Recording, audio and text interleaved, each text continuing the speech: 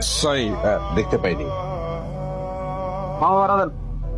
একজনের ভাড়া, একজনের ভাড়া হচ্ছে আপনি দুজনের ভাড়া দেবেন। দুজনের ভাড়া দিব কেন? আপনার পাশে কেউ বসে না, দেখেন না সবাইটা চলে যাচ্ছে, একটা দুই সিট আরাম করে বসে হয়েছেন, 2 সিটের ভাড়া দেন। আরে আমার পাশে বসতে যাবে সেটা কি আমার দোষ? আমি কি কাউকে বসতে এখানে মানা করেছি? আপনার পাশে কোনো মানুষ বসতে পারে? বুঝতে পারবো না কেন? আপনি তো এখানে কিছুক্ষণ আগে বসেছিলেন, আমি কি আপনাকে ডিস্টার্ব করেছি নাকি আমার গা থেকে গন্ধ বেরোচ্ছে? নিজের চেহারা সম্পর্কে ধারণা থাকলে আমার সাথে তর্ক করতে আসতেন না। নিজের চেহারা দেখবো কেন? আপনি তো আসলে একটা বেয়াদব লোক। ভদ্র মহিলার সাথে কিভাবে কথা বলতে হয় শেখেন নাই? এবার 2 সিটের ভাড়া দেন, তাহলে গাড়িতে নামেন। ওনাকে নামাই দেওয়াই উচিত। চেহারাই মনে হয় বেয়াদব লোক। এই, 500 পাও। তোমাকে তো রং এই ম্যান, কিছু বলবেন? প্রবলেম কি আপনার? আমার হেলথ টিউটর।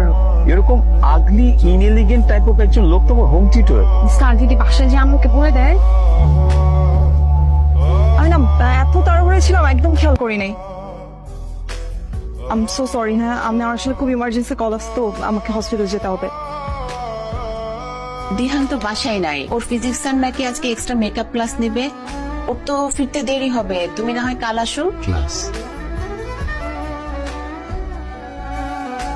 তোর রেজাল্টের কি অবস্থা? এই তো রে, তোর কি অবস্থা?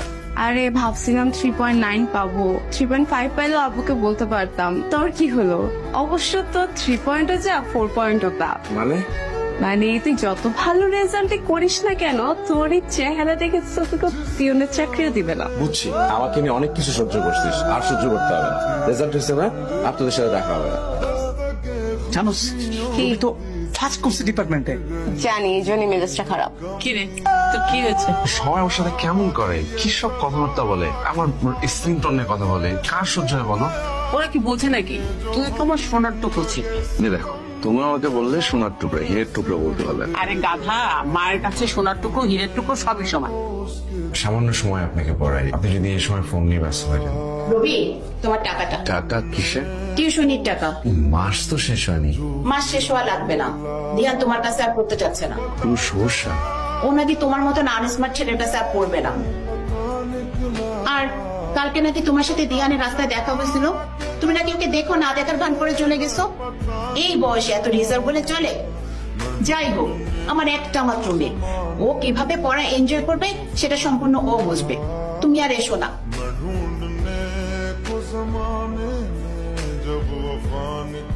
আপনার তো দারুণ রেজাল্ট, কংগ্রাচুলেশন। কংগ্রাচুলেশনস। হ্যাঁ, থ্যাংক ইউ স্যার। আমাদের যে ছবি দেখানো হয়েছে সেই ছেলে তো ফর্সা ছিল, এই ছেলে তো কালো। হ্যাঁ, তাই তো। অরিজিনাল কালার বের হয়ে গেছে।